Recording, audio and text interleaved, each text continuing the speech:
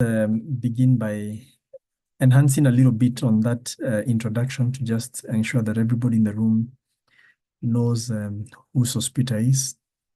I wear many hats, I think you can see from the screen. The main one, and very important because I need to butter my bread, is right in the middle there, CPF Financial Services. I am currently the Group Head of Risk and Quality Assurance at CPF. This is we call it an innovative conglomerate. It's a group of companies spanning social security, insurance, financial technology, that's fintech, renewable energy, IT, property management. There's hardly any field you will not find us, and we are growing.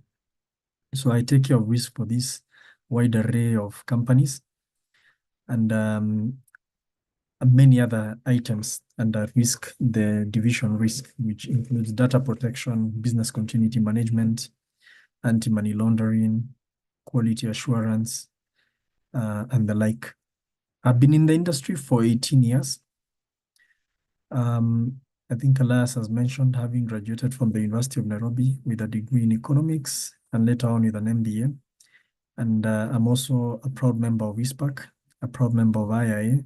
I was once an internal auditor back in the day at the beginning of my career, and now an astute member of the Institute of Risk Management and the co-chair for IRM in East Africa. I'll be talking a bit more about IRM towards the tail end of our discussion. I'm also privileged to sit in a couple of boards, such as Kila Mtoto FIDCAM, all of them are in the philanthropic space, Utanda Foundation, and the like, and being an avid reader. And for the men in the house, there is the men's book breakfast, a very good networking forum for men, the boy child, and you're welcome to join. And we're actually in season 3 of the year. We normally have 4 seasons, a place for growth. So without further ado, I will get into the main crux of the matter. Dorothy did ask me to leave it at high level. So at the risk of not knowing everybody in the room, I think this presentation will try and balance it out. I will come from a very green area where we will make the assumption that you may not be very familiar with risk management and what it is about. But also on the other end, you may be very familiar with it. So this will be a refresher course for you and quite important. So we'll begin with the key definition of key terms. And then we will go into the standards which govern risk management. There are a couple of them. And then we'll go to risk management process and classification systems, and then the frameworks which may be useful for implementation of risk within the organization, and the key success factors for that. How do we implement, how do we ensure that risk implementation is successful in our organization?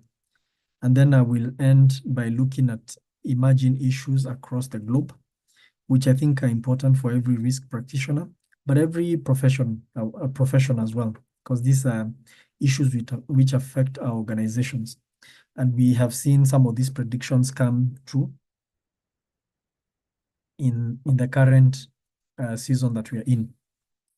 So it will be interesting to see how that plays out. And then we'll conclude, and I'll be happy to answer any questions that you may have. So going right into the matter, and maybe I should also mention towards,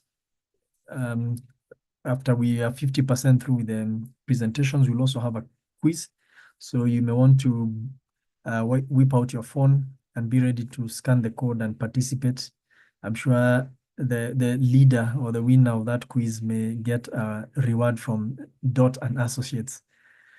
So I'm setting up Dorothy there to prepare a gift for the winner of that quiz. Take as many notes so that you can enhance your memory. So risk, I will rely on the definition given by ISO 31000. And ISO 31000 is one of those ISO standards which is a guideline. It's not a certifiable standard. It just guides organization on how to implement risk within the organization and they have a very succinct definition of risk. It's the effect of uncertainty on objectives. And I really like that definition because number one, it captures two very important issues. For me, the top one, objectives.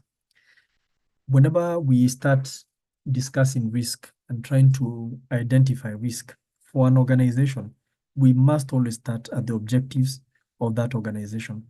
Why was the organization set up? For what purpose? If you do not start at objectives, you'll be really boxing in the dark. You'll be trying to capture the wind in a bottle. So always begin at the objectives. And where do you find those objectives? Most likely within the strategic plan. For some of the statutory bodies is within the instruments that have set up those statutory bodies. So it could be the law that has set up that body. That's where the objectives of that organizations can be found. So any uncertainty about achievement of those objectives is a risk, okay? So the simplest example, of course, we can give is when you have set up a commercial company, one of the biggest objectives a commercial company would have is to make a positive return to the owners of capital, and that's the shareholders. Anything that can stand in the way of that objective is actually a risk. So you name it, competition can stand in the way of making profits for shareholders. Sometimes even imagine those can stand in the way of you making profit for your shareholders. There are many things that can stand in the way of you achieving your objectives. So anything that stands in the way of achievement of objectives for a corporate, any uncertainty, that is classified as a risk. I think it's as simple as that. And then risk management, what I saw then goes ahead to say is the creation and protection of value. And again, given the first definition that we came up with, we can see clearly when a company is set up and some objectives are provided for that company, that's the value creation. That's a value chain for that organization. You know, those objectives that have been set up by the company, whether it's profit making, some organizations could be in the philanthropic space. So it's about impact to community, impact to the environment, impact to society. Whatever the objectives are, that is where you mint or create your value. So risk management, according to ISO 31000, is the process of creating and protecting value, because risk management then aims at identifying what could go wrong, what could hinder the achievement of those objectives, and then creating mitigation strategies around them, thereby creating and protecting value for the organization. Hopkin, and I'll tell you why Hopkin is important, because towards the end, I'll talk about those who may want to pursue a career in risk management. And Hopkin is one of those gentlemen that will be very dear to you, because he is really the father of risk management because of the book he wrote, The Fundamentals of Risk Management. So Hopkin has developed several frameworks, and his definition of risk really complements ISO 31000. And this particular definition alludes to what we call enterprise risk management. And if we had time, we would have gone into details of why enterprise, because risk is an old profession, but when risk started, it was siloed in approach. The traditional risk management was not integrated. It used to take care of financial risks separately, insurance risks separately, different risks separately. It was not holistic. So Hopkin then defines enterprise risk management as the integrated and holistic approach in the management of all types of risks. And we'll see what type of risks we are talking about. So basically, enterprise risk came to consolidate, to bring together risk as a profession and even as a function within the organization, to ensure that no risk remains unattended. In terms of risk management standards, there are many risk management standards, but I've decided to narrow down on a couple of them. The most common one, and one of the older ones, is the Committee of Sponsoring Organization, COSO. They, of course, have their internal controls integrated framework, 2012, and they had developed a robust risk management framework which many organizations, including where I work, had relied upon to develop their risk management within the organization. So some of you may be very familiar with the COSO cube, which was a three-dimension representation with the classification of risks at one side of the cube, with the classification of the organization in terms of the levels involved, whether they are business units, the group, or departments on one face of the cube, and then the risk management process on the other side of the cube. So COSO had given a very good guideline for managing and implementing risk within the organization. Hopkins also has a model called the RASP model, and we'll look at it later on and see what the meaning of RASP is, which also guides organization in terms of how to implement risk within their organizations, or PE professions on how to implement risk within the organization. ISO is another very good standard, and I know many of us in the room rely on ISO. A lot of other standards which have been developed are also now relying on ISO, a mature standard, which basically brought together most of these other standards and gave a guideline. The beauty about also ISO is that it's generally widely accepted. So I would not hesitate to recommend ISO 31000 as your risk management guideline. It's purchasable online. If you want a copy of it and it's not expensive, you can always log into the ISO website and get it. And then locally, we have the Public Sector Accountancy or Accounting Standards Board, who have developed a risk management guideline for the public sector. I thought it's important because some of us may be within the public sector space. And if you're in that space, then you are left with no choice but to be familiar with the PSASB risk management standard. It's newly created or developed, and it's newly it's been implemented as we talk. I think the board has been sensitizing the public sector organizations on the same. Now, the beauty about this standard, because I have been engaged by PSAB in the part of the development of this standard, it is a standard against ISO 31000. So if you're familiar with ISO 31000, then fear not. The PSSB decided to benchmark against the best practice, which is ISO. So those are some of the standards. There could be many, and we'll be happy for you to drop in the chat if you are aware or familiar with other standards. Great. So the risk management process, again, we're just looking at an overview, so no much detail today. This is a guideline, and I will rely on ISO 31000 to give the guideline. So it's a very detailed, as much as you can see it summarized in this diagram on the screen, it is quite detailed and it's quite involving. My main discussion will be around the process itself. Maybe Mr. Bet, you'll help me in muting some of the noisemakers who are joining with a lot of noise. Okay, thank you. Yeah. So it's a kind request. Let's all be on mute. Thank you. You can proceed. Thank you. So at a high level, what ISO 31000 has then gone ahead to give us a guideline in the spirit of every ISO, because some of the elements you see here will be found in every standard, every ISO standard. For example, setting the scope, context, and criteria is always a must for any organization when you're implementing any standard. Scope means when you're implementing a standard, you could limit the scope, okay? I've given you an example of CPF, where I work. We have several subsidiaries, okay? And we have the holding company. So we could decide to limit the scope of risk management to the holding company. So when you are implementing your risk management frameworks, you need to determine and document the scope. If you're going to implement it across the organization, then that will be the scope. You need to also understand the context of your organization and your operating environment.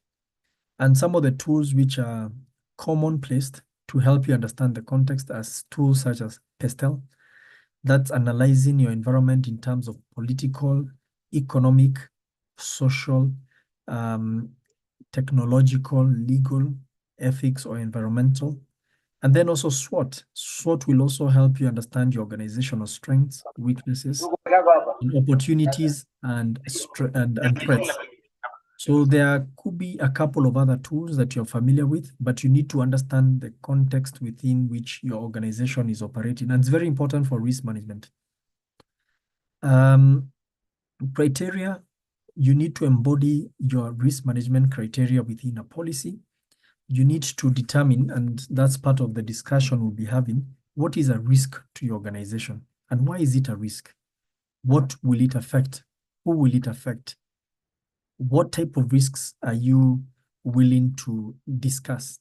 Okay, and on and on. So there needs to be a criteria, including on how you manage risks once they are identified. So beyond that, and that's usually the foundation of any standard, then we have the risk assessment process, and you can see it within that lighter box there. And the risk assessment process has 2 or 3 steps: risk identification, analysis, and evaluation.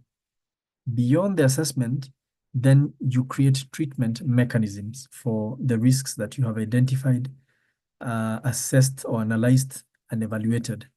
And then throughout the process, there is need for constant communication and consultation and involvement of all stakeholders that you have identified within your context of the organization, because that's one of the other contexts that is important to identify your stakeholder. You need to map them. So you need to consistently consult and communicate with them. And on the other hand, you need to consistently monitor and review every step of risk management. And goes without saying that everything we do must be recorded and reported to the governing body, which is the board. Okay, so risk management is a subject of the board. They're the owners, the eventual owners of risk within the organization.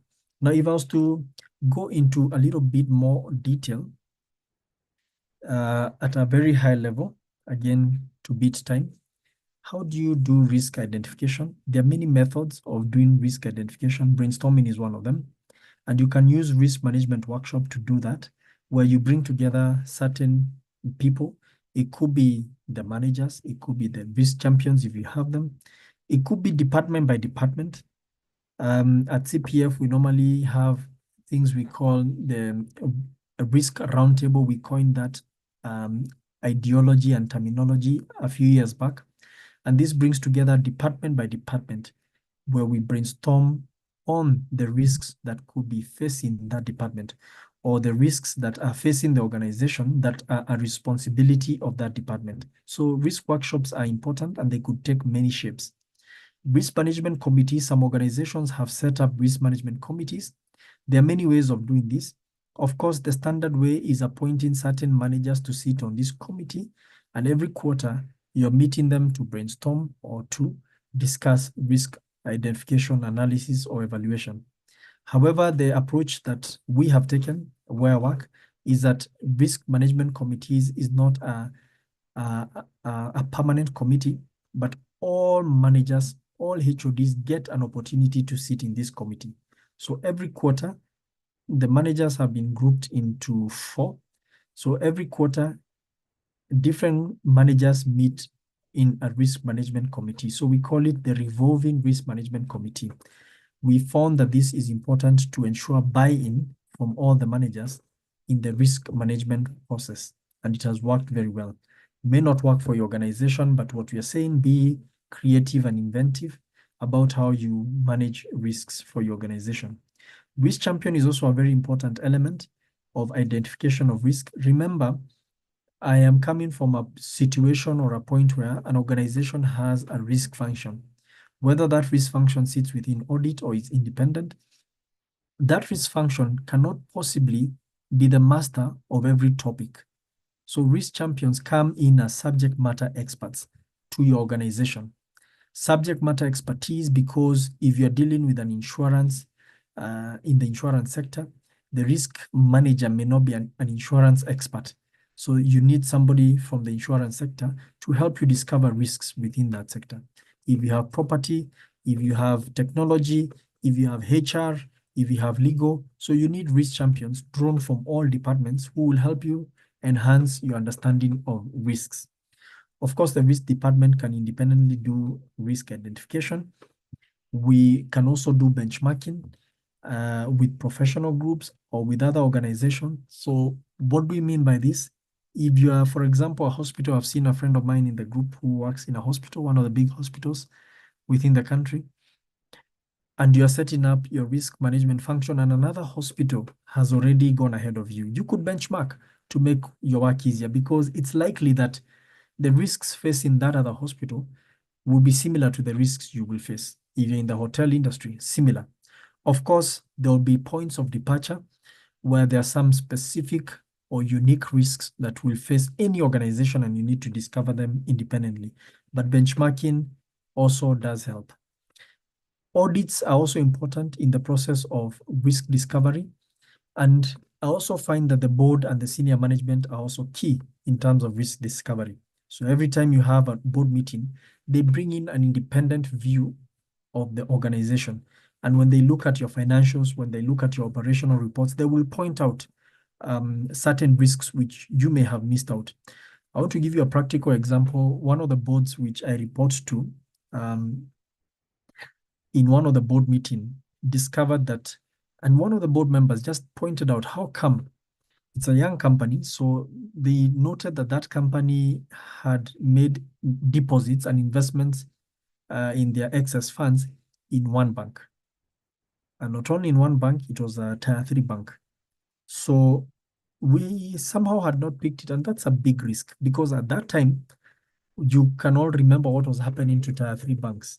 A couple of them were getting into trouble. So they asked, so if this bank gets into trouble, all your excess reserves will sink. And therefore, a policy was developed to ensure that no one company can deposit all their funds in one bank. So there's diversification, and at least a larger proportion of the deposits go to at one bank where it is a bit more secure, and then spread out to other banks. So the board is also an important tool for risk discovery. Horizon scans, and I'll be talking about them, and industry taxonomies are also important when it comes to risk identification and risk discovery. In terms of risk analysis, I'll just point out why we do risk analysis. Obviously, how to do risk analysis is very clear. Every risk you identify, you need to prioritize. You need to know how likely is it to happen, because risk is a future event. It hasn't necessarily occurred. And if it occurred, what will be the impact on your objectives and on the organization? So risk analysis, number one, is meant to help understand the nature and characteristics of risk. And then that includes the source of the risk, how likely it is, I've mentioned that, and the impact or consequence of that risk. What events necessitate or bring up that risk? What different scenarios could occur as that risk manifests in the organization? What controls are already in place as we talk? Could there be controls which have already been in place, either incidentally or intentionally, to prevent or to manage that risk, and how effective those controls are? Of course, analysis is really influenced by the availability and accuracy of information. So information becomes key when you talk about risk analysis. And you can adopt two methods, either quantitative or qualitative, when you are doing risk analysis. And a lot of professional judgment is required. So experience and also involvement of different stakeholders really enhances your risk analysis techniques. After analysis, of course, we do evaluation. And I know evaluation, Dorothy had mentioned, is an area that mixes up a lot of people. So evaluation is basically decision making. Okay, so you have identified the risk. You have analyzed the risk in terms of its likelihood and consequences. Okay, you've computed the level of that risk. How severe is that risk? You go back to your criteria which you had already set. So you need to do an evaluation to support decision making on that risk. So risk evaluation involves comparing the results of your risk analysis to your risk criteria. And some of the options that come out from risk evaluation is you can decide to take no further action. in what instances would you decide not to take any further action? Some risks could be very high in terms of their impact, but their possibility of occurring could be quite remote. Well, COVID came to teach us a lesson about that, but in this part of the world, some of those risks could be, which we never even bother about. Earthquakes, for example. I mean, if an earthquake came about in Kenya, we would be severely affected. Most of the buildings that we have around would be shells of themselves. But the possibility of an earthquake of that magnitude happening is so remote that we really ideally take no further action. So this could also be in other spaces. It could be a legal concern. It could be a competitive concern where you see taking any further action would defy the cost-benefit analysis to the organization. Then you could explore risk treatment option, which is the obvious next step after evaluation. You could decide to perform further analysis to better understand the risks. You could keep existing controls, if any, or you could introduce new controls as part of the treatment option. You could end up reworking the objectives of the organization. If a risk is so severe, and I would give you a very close example. For companies who had set up shop in South Sudan, for example, or in Somalia, and then the war broke out, some of them reconsidered their objectives. They said, you know what? It's not worth risking our staff being in this war-torn country or war zone. So let's rework our objectives. Let's look at Uganda or another region. So evaluation could actually then lead to the reworking of objectives. So that's what evaluation really is all about. It's supporting decision-making on risks. In terms of classification, there are several standards of classification. We've already talked about COSO as one of the standards, of course, IRM, and FARM, which is by Hopkins. So COSO categorizes risk into four. Risks could be of a strategic nature, operational nature, financial, or what we call reporting there, or legal or compliance nature. I find that to be very holistic. IRM also talks about risk in terms of financial, strategic, operational, and hazards, okay? So these are physical hazards, anything that could lead to injury or destruction of property, that kind of a thing is a hazard. The FARM under Hopkins, which is an acronym, defines the categories as either financial, infrastructure, reputational, or marketplace, okay? One of the things that is common across all the definitions here is financial risks, okay? Because financial risks are very key to any organization. So they never fail in any standard that you may find. So you are spoiled for choice in terms of which classification standard you may adopt. But why adopt a classification standard? There are a couple of reasons which I want to advance to you. It is important to classify risk because allocation of responsibility to owners is made easier. So when you know there's a cluster of financial risk, you allocate them to the people in charge of finance. When you know there's a cluster in operations, and so on and so forth. Quantification of impact on objective is also made more clearer, okay? So you can link, and ideally you should link all risks to certain objectives within the company. So it's easier when you classify risks around certain thematic areas to attach them to objectives. It's also easier to isolate trouble areas. So once you have done your risk analysis and you have classified and you have even color-coded, you can color-code the categories. You can know from the analysis, it looks like strategic risks are where the trouble is coming from, or financial risk. So it's easier to isolate trouble areas. And then you can fast-track action that requires to be taken. It's also easier to identify relevant controls to deal with classified risks. It makes reporting to stakeholders and the understanding of risk easier and more enhanced. And it provides a cost-effective approach to managing risk because of optimization of resources to certain risk thematic areas.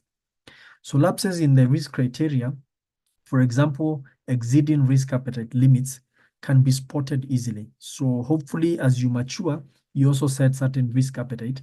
And risk appetite is, the amount of risk that an organization is willing to pursue to take in pursuit of their objectives. So when you have set criteria, then you'll know when your risk appetite limits are being breached. Yes, so I will pause after this and we will do a quick quiz just to refresh people's memories. And I'll talk about risk governance. I think IIA introduced this model a couple of years ago, and we call it the 3 lines of defense, where risk management, I think it's important for us to note, has been classified as a second line of defense. And this is important because the way IIA had envisioned, and defense may not be the most appropriate word, I think there's an evolution to try and change this, is that the owners of risk is the core management functions, okay? They are the ones who own any risk within, and that's why we talked about the champions. If you remember, I talked about the champions earlier on. So every department needs to produce a champion for their risks because they are the ideal subject matter experts. The risk function may not be a subject matter expert on all core and technical areas. So you are the owners of risk as management. The management is the owner of the risk. So they form the first line of defense in terms of discovery and management of risk. The second line of defense provides the third eye and helps improve on risk management. Of course, the third line is internal audit, who provide assurance. And in this particular case, specifically, they provide assurance over the maturity, the implementation, the strength of risk management within the organization. So I think it's important to note those lines of defense in terms of how they are coordinated. I want to give a scenario of where these lines of defense have not worked very well, even from the organization I'm coming from. Sometimes they can work in silos because everybody knows this is their line. They can work in silos, which can lead to obviously a blame culture if there's inefficiency or if there's inadequate coverage or if there's failure, they start blaming each other, okay? They can also lead to a bit of unhealthy competition and a lot of wastage of resources. So let me give you the example that will exemplify this. I want you to imagine when a board of directors, and I said they are important in terms of discovering risks, when they look at the environment, just last year or last year but one, eCitizen went down and M-Pesa also went down. And Anonymous Sudan claimed responsibility for the cyber attack on those 2 important infrastructure. So the board of a certain company, XYZ, came back and asked management, have we done a penetration testing to determine whether our online systems and our application and our ERP are safe from attacks? And this came through the audit committee. Obviously, because there are 3 lines of defense, management said, yes, we may not have done it, but we'll do it. Guess what? During the next board meeting, nothing had been done. So the people in management, of course, IT is in mainstream management. They can do this work, okay? They're in charge of IT and infrastructure. They had thought that the risk team would initiate because it's a key risk, after all, that has been identified. The people in risk thought because we have an IS audit team, they thought they could do it, okay? So nobody did it. So there was a lot of blame happening across there. So what happened subsequent to that board meeting is because of silo mentality, all of the different groups decided to take initiative. Now, if you know about cybersecurity, those ethical exercises go with many names. One of the names they go with is black hat testing. The other one is penetration testing. The other one is ethical hacking. And I think there could be many other names. So you can imagine the IT people were procuring for black hat. The internal audit teams were doing ethical hacking. The risk team was doing penetration testing. Okay. So it just took the keen eye of one of the people in procurement to notice that the terms of reference seem to be similar. So you can imagine if they would have all succeeded, there would have been a lot of wastage of resources. You'd have gotten 3 consultants coming in to do the same thing. So what we are saying about the 3 lines of defense is that the current thinking is something called combined assurance. So combined assurance goes into bringing these 3 lines of defense together so that they can work in tandem to avoid these challenges that you can see on screen. Okay, and it really works well.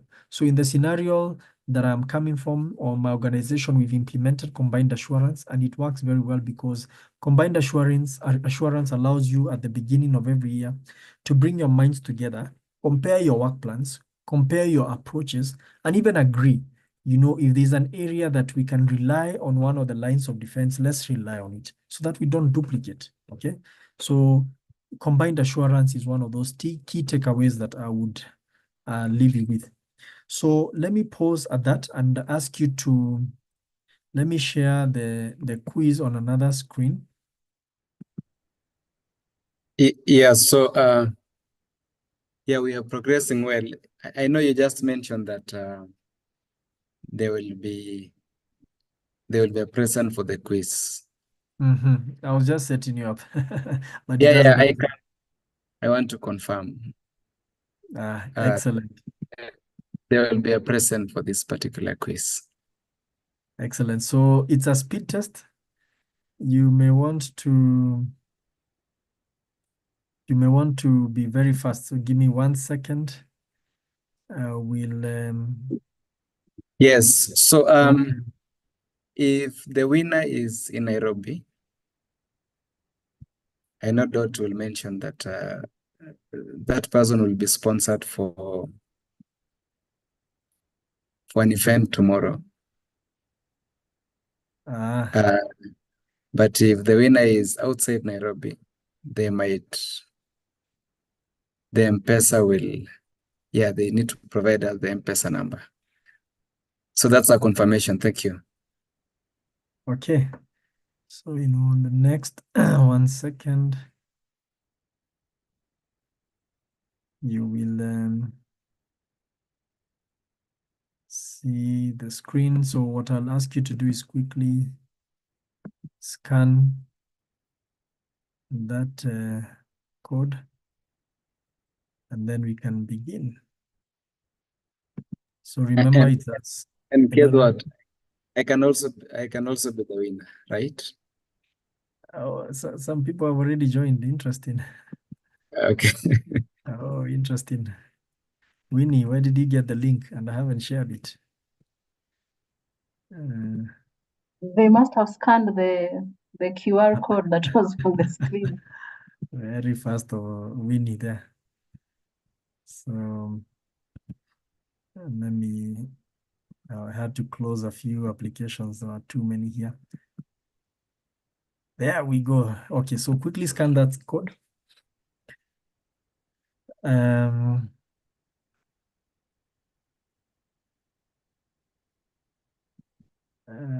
have to start this again.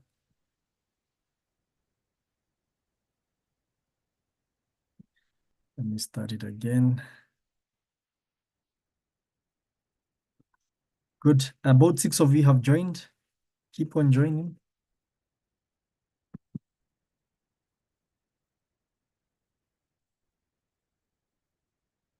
The code is there again, sorry. I'm sure you can see it. You're joining fast and furious. Well done, well done. We are quite a number, so I will wait for us to get to a good number. 15 of you, still very low. Coming from a high of almost 100 of us.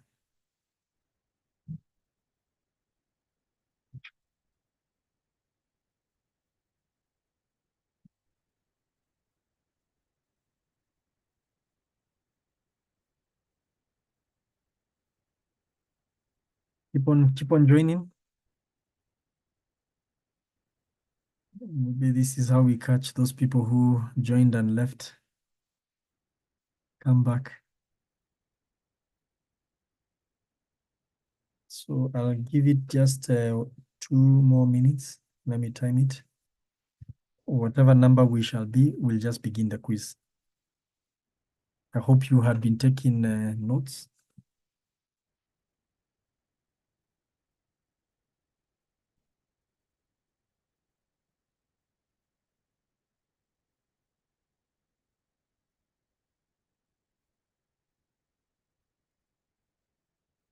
Excellent. So I think we can begin with the number of players we have, just to refresh our memories. So it's a speed test. The first question is coming up in there it is. You have 20 seconds.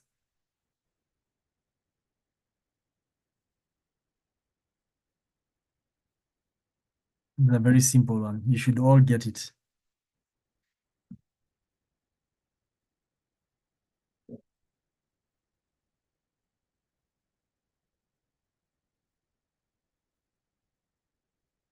Oh, I thought we'd all get it. There are a couple of people who got it wrong, but not a problem. Risk is the effect of uncertainty on objectives. So that's the first one. Let's see the leaders.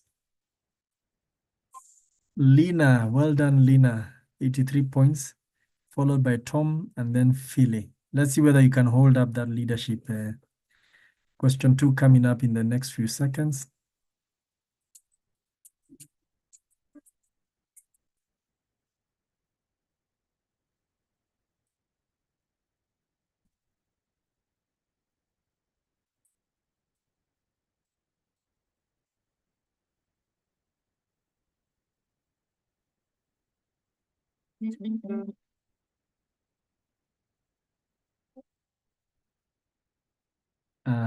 Creating and protecting value. So I think there was a trick there. A couple of you went for number 1. It's not creating and protecting risk, it's creating and protecting value. So let's see who are the leaders on that. Oh, Lina again. Okay, Lina, you're doing well. Looks like you are up for some great gifts tomorrow, followed by Feli. Let's see the next question.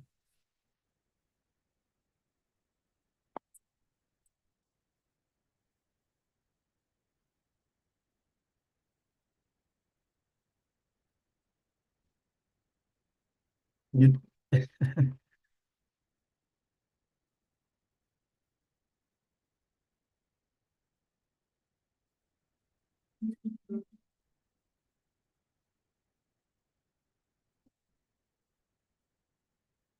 well done. Oh, okay.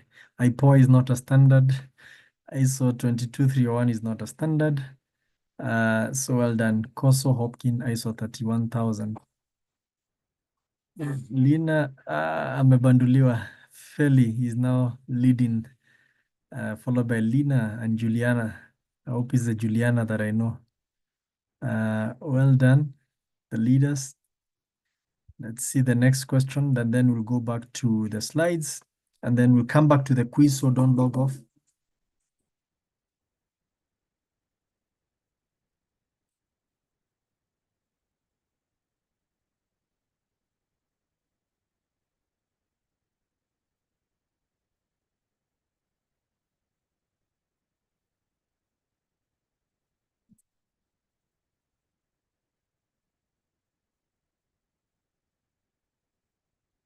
Second line of defense. Who thought it's fourth line? We didn't even talk about fourth line. Dorothy, we need to keep these results. Martha is angry. Martha, you clicked by mistake, I'm sure.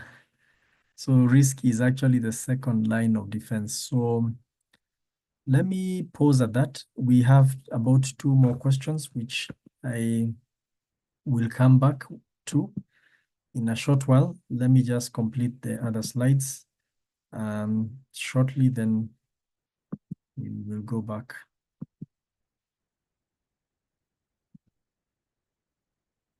Good.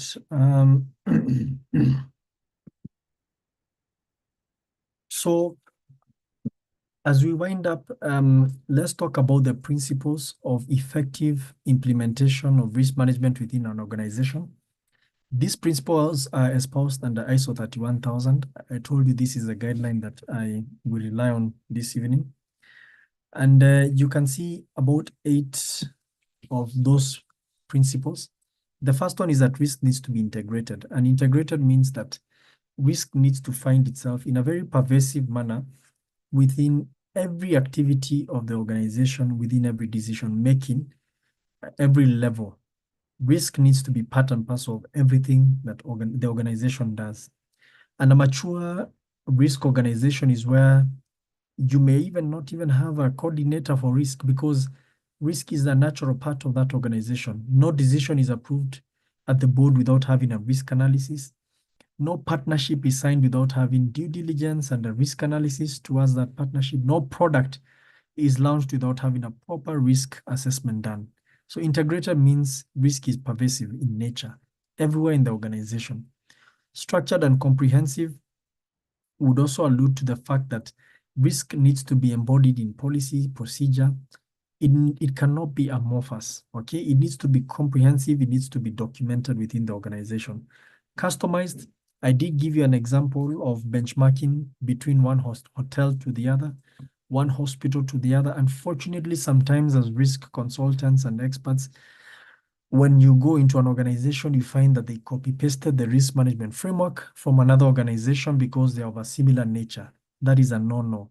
Risk management needs to be customized to your organization because, like I said earlier, there are several points of departure. You could be in the same industry, but there could be unique risks facing you. Your context could also be unique as an organization. So you need to customize it. Inclusive, you need to involve everybody in the organization. For risk to be integrated, you must include everybody within the organization in the discussion of risk management. Dynamic, you don't develop the structure and comprehension of risk in policies and procedure and then not go back to them. You need to review them on a regular basis because risk is very dynamic in nature. And I think you'll see that towards the tail end when we discuss about emerging risks. You need to do in-depth research so that you make best use of available information. So it's not just going to whatever is easily achievable, it's detailed research so that you get as much information as possible when you're implementing risk within the organization. You need to take care of human and cultural factors which are unique to your organization when you're developing your risk management framework or implementing your risk management framework. And in the spirit of ISO, you need to continually improve. So this alludes to maturity assessments. Every 2-3 years, get an independent person, let them identify the gaps and implement the recommendation coming from those. So there are 2 frameworks that I'll talk about. I'll talk about the Hopkins framework, the RASP that we already mentioned, and ISO 31000. And I will not go into details, but a framework is the easiest way of understanding frameworks is if you're building a house, when you get to the roof, you normally do those trusses on the roof before you lay the mabati or the tiles or whatever it is. So those trusses are in a framework, okay? They intertwine and in such a way they will hold the roof of the house. So the risk management framework is pretty much the same. What is the framework on which risk management sits on top, okay? On which you build a successful risk management program. For ISO, part of the framework at the core of it is leadership and commitment, the role of the board. It is absolutely important and vital that there is leadership buying, there's a right tone at the top for risk to succeed. That's the center of that framework. So if in the scenario of given you of the roof, if there was a center piece of the framework or the trusses that holds everything together, that will be leadership and commitment. Without it, everything caves in. And you can see even the strategic placement of this in the ISO framework right in the center. And then now we can begin designing, okay? How will risk look like within the organization, okay? Will we have a risk management committee? Will we have champions? What policies will we put in place? We design all that. Then, of course, after coming up with the design, you implement it, okay? And the implementation of risk takes a while. It's not a 1 year thing, neither is it a 2 year thing. In fact, Hopkins says risk maturity and implementation would take anything between 3 to 5 years, okay? For very agile organization, it could actually take 3 years, okay, for you to fully implement, automate, and become mature. After implementation, come back and evaluate, okay? And after evaluation, improve. And then finally, integrate risk in every part of the organization for you to be mature. Make it pervasive, like air. Everywhere you turn in the organization, people are alive to risk management. In terms of RASP, a different framework talking about the same thing. RASP means risk architecture. That's the RA. Risk strategy, that's the S, and risk protocols. Okay, that's the framework on which risk is built according to Hopkins. Okay, so under architecture is where you define the roles and responsibilities, the communication and the reporting structure, governance issues on risk. And we've already talked about the lines of defense, and you saw where the board sits in that whole scenario. The strategy is where you have the appetite defined, the philosophy, the policies defined, and one of the principles that we talked about is that it needs to be structured and comprehensive. So risk strategy is where you have all the documentation of the policies that will guide risk. Risk protocols is where you have your tools. What will you use to implement risk in the organization? Will you develop risk registers? Will you have automated tools? What will you rely on? What methodology? In fact, in the ISO language, this will be your criteria. Okay, you need to define your criteria and your tools. So those are the two frameworks that I wanted to point out. And then at a high level, what Hopkins suggests or proposes in terms of successful implementation of risk, it's a model called PACE. You know, as the word suggests, you need to be paced. Proportionate. Risk management activities must be proportionate to the level of risk faced in the organization. And that's why if you look at the principles we talked about, customization, okay? You cannot copy paste. You need to contextualize risk approach to your organization. Aligned, ERM activities must be aligned with other activities within the organization. They must be embedded and work closely together and not isolated. Otherwise, it will not be successful. Comprehensive. So in order to be fully effective, risk management approach must be comprehensive. And I've already talked about comprehensive earlier on. Embedded, risk management activities need to be embedded within the organization, closely related to the alignment and customization, okay? And integration that we talked about so that they are pervasive and they are everywhere. Dynamic risk management activities must be dynamic and responsive to emerging and changing risks. So before now I wind up with the last part of the presentation, I will go back to this quiz and we will answer 3 more questions. And then we can call it a night.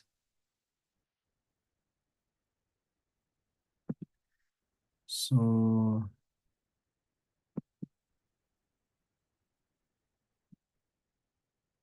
let me go back to the presentation.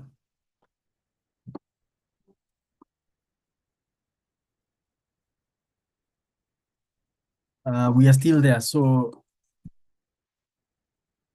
let's see. The question is coming up. Speed test. I think we had answered that, if I'm not wrong.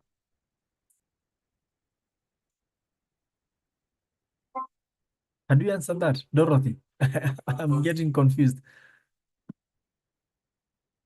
No, we had not answered this one. You have not answered that. No. Well, okay. Let me allow you then to answer it. So I thought we had answered that particular question. I thought we had answered it, but anyway, we can Yeah. answer it. We had answered that question. We answered because, that one, yes. We were talking of somebody picked Fort Line. I think we answered that question.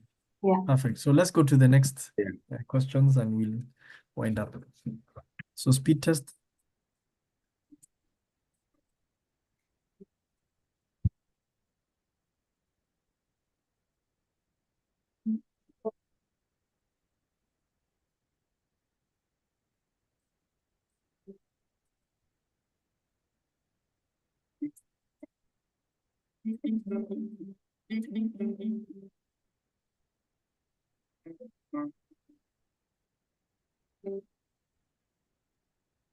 Well done. So 17 of you have gotten that one. Integrated, dynamic, inclusive, and customized. It's not intentional, neither is it customer. Okay. So the next question. Oh, Fairly. Fairly has woken up. And another one called Karen has also woken up. I don't know what happened to the rest of the people, but let's see.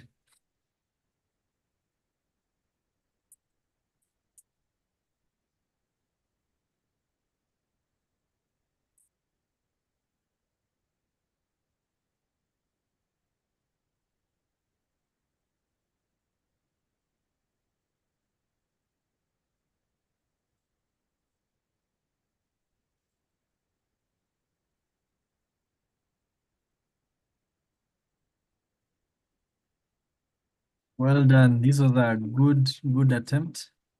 Risk architecture, strategy, and protocol. And now the last question. Karen is rocking with the longest streak. Okay, well done, Karen. Feli is the leader on that one. The last question.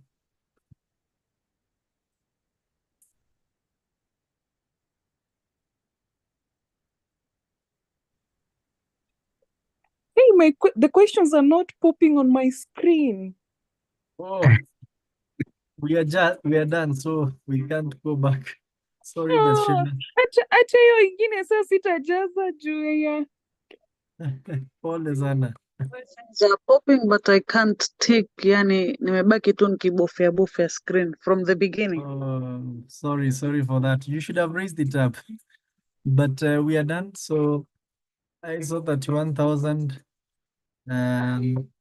integrated design, implementation, improvement. So well done. I can see you are paying lots of attention. Sorry for those who are not able to participate for one reason or the other. There'll be time and chance.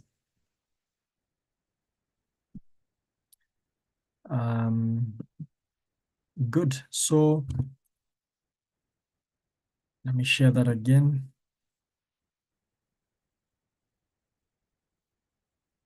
Perfect. So in winding up, I wanted to talk about something that some of you may be already familiar with, global risk reports. And these are perception surveys. I think it's important, whether you're a risk practitioner or not, to really have a keen look at these reports. Obviously, we are headed to September. These reports were released in January or February of the year. A lot of these risks have already taken place, but it's important maybe in future we can collaborate with the Dorte&Associates to quickly circulate these reports because they are free and readily available for even your planning purposes as you plan for your risk management activities in the company or in the organization. So the World Economic Forum released this report, the Global Risk Perception Survey. I will not go into the details of how they come up with the report. However, they have tried to predict short-term and long-term risks. I think it's important to just note they have about how many categories are these? 5 categories: economic, environmental, geopolitical, societal, and technological. Remember, we talked about risk categorization. So they also classify their risks in these categories, okay? And what we would have called financial in our case, because it's global, they call economic. Technology is also there. It will be operational in many organizations. So they also have that categorization. Important for us to note. The top risk was misinformation and disinformation, followed by extreme weather events. So climate and a bit of IT, okay? Societal polarization and cyber insecurity, and on and on and on. So I will be happy to share the report with you. You can go through it to just internalize it and ask yourself, are these things which are affecting my organization? Things like cyber insecurity. Those are things that can affect your organization. For some of us seated here, it could be issues of social polarization that could have a severe impact on your organization. For us in Kenya, we had inflation, which is number 7, an economic downturn, really impacting on us at the beginning of the year. And I think we saw it. The forex fluctuations and the high inflation rate really rocked not just Kenya, but many parts of the world. This had already been put in place. If you had this report, the question is, what do you do with that information? Okay, these are risks. So you can preempt and you can advise your board. So one of the things that we try and do, our work is to present this report to the board so that they can make certain decisions. If they can see something coming their way, then they need to be proactive in mitigating them. The Institute of Internal Auditors also released their Risk in Focus 2024 report. And again, in concurrence with the World Economic Forum, you can see for them, cybersecurity, because this came later in the year, was top risk for Africa and I guess even across the world. Business continuity and financial liquidity, fraud, human capital and talent-related risks also top the chart as far as the top risks are concerned.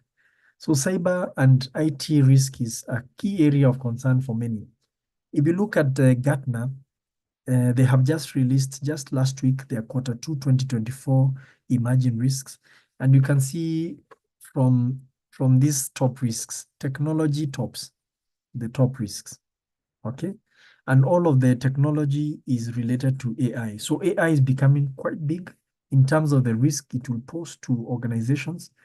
You can imagine in the academia, they have already mapped it out. Students are no longer doing their projects the way they used to do.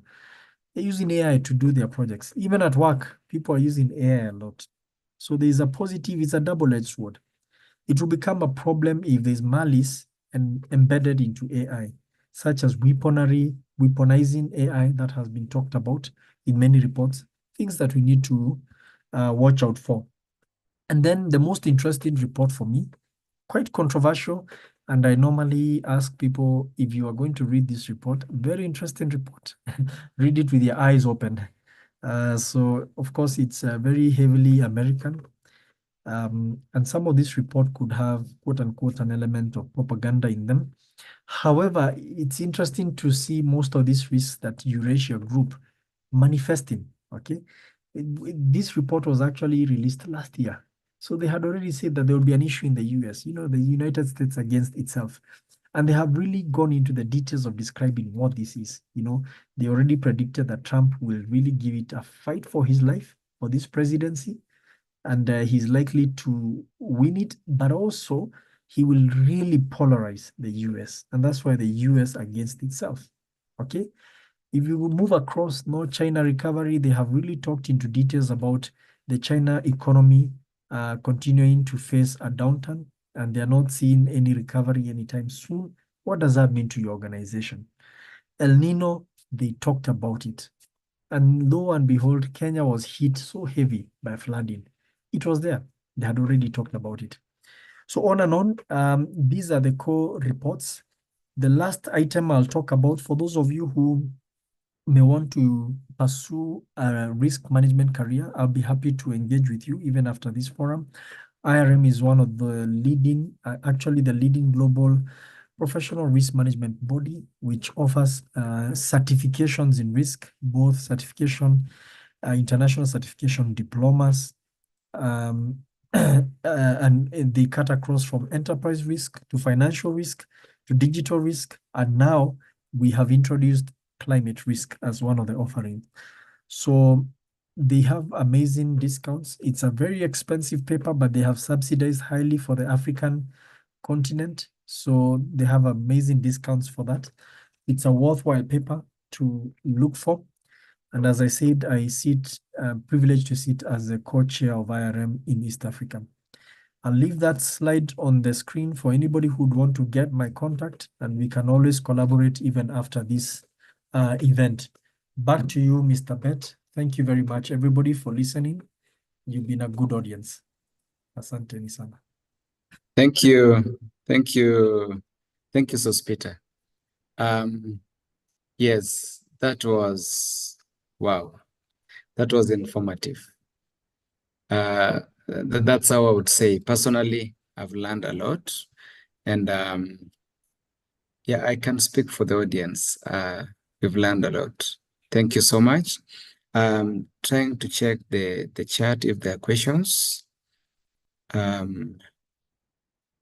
Yes. Yeah, usually when there are no questions. Yeah, so maybe Ali is about to type the question, or maybe you can unmute and ask the question, Ali.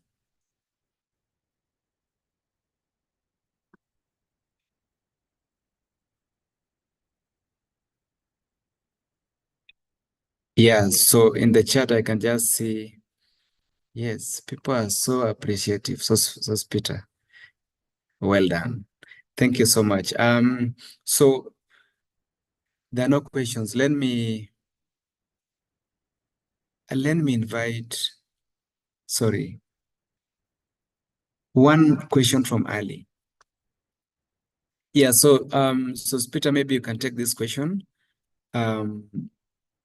How do you promote a culture of risk management awareness in an organization? The culture of risk management awareness in an organization. Maybe 1 minute you can answer that. Sure. Thank you, Beth, and thank you for Ali, who's asked that question. There are many ways we can foster a culture of risk awareness, and I'll talk from a very practical view of what we have done at CPF. So, number one, I did mention every year, every single year, and I've been at CPF the last 9 years now, we have risk roundtables with every department, with every staff. Okay, so that is mandatory. We remind them of risk. We walk with them through the risk register. We remind them of what it entails, their roles and all that. Number two, we are allowed by the organization graciously to budget for risk management awareness trainings every year. So we either do this virtually or physically, where we invite a consultant and they train all staff on risk management. The other thing that we have done at management level, every manager, as part of their job description when they are being employed, they have a risk management role. We induct every new staff into risk management issues as they come into the organization. And then we really make use of risk champions. So what we do with risk champions, they have a tenure, they serve for about 2 or 3 years, then that baton moves to another staff. So all these activities and more really promote a culture of risk awareness within the organization, plus also a culture of ownership of risk within the organization. There could be many more. What I would encourage you to do is just be creative about how you do it. Yeah. Yes. So thank you. Thank you, Peter. So looking at the chat, there are two questions that I will allow Dot to talk about. The first question is on, there's a mention of CBD hours, and then there's a mention of an event for tomorrow. And of course, talk about the risk culture from Dorte&Associates perspective. Remember, at Dorte&Associates, we focus on governance, risk management, and compliance. So without taking much time, allow me to welcome our managing partner for the updates and the closing remark. So welcome, Dot. Thank you very much, Eliasa. So Peter, that was awesome. Of course, I knew you would do an amazing job, and I can see everybody's appreciative. So thank you for your insights. Thank you for sharing with us your knowledge, and thank you for making our participants know that if they want to take up a course in risk management, there's a whole course on it, and they are welcome to since you've shared your contact, so they can take that and enroll. Remember, at Dorte&Associates, we do all. So we take care of governance. In that case, we help you set them up if the governance structures are not there. We help you review them if they are already in place. And when it comes to risk management, we assess for you your structures if they're already there, or we help you set them up. And when it comes to controls compliance, it's the same strategy. And then internal audit, of course, comes to give you assurance that all those are working as they should. And so we offer outsourced internal audit services. Now, risk management, and this is a topic I really like, or this is an area of business I really like. And the reason is that if we do risk management well, as we have seen when Sospita was taking us through the discussion, if we do our risk management well, it means everybody that comes after that is able to, there'll be little or there'll be, most of it will have been handled. Remember that risk management is a second line function. So if we do it well, together with compliance and all our support functions, it means at the last point when audit is coming as a third line of assurance, most of it will have been handled. And so there's a whole discussion going on all the way from the public sector, the private sector, for listed companies and financial sector services. Those ones are very structured. But there is a whole lot of people in the MSME sector, or people who do not really need or are not forced by law or a requirement for them to maintain risk management or compliance as a function in their unit. So this is where Dorte&Associates comes in to say, how can we customize it? Just like what Sospita said, you cannot just take ISO 31000 and apply it blindly. You need to customize it.